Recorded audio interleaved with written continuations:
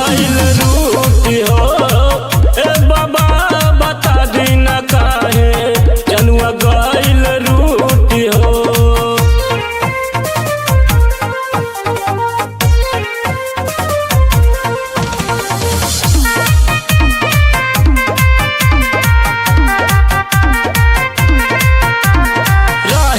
जाने कहाँ नाही मिल कबो आवेले का कहीं हम बतिया बाबा हमके बड़ी सतावेले।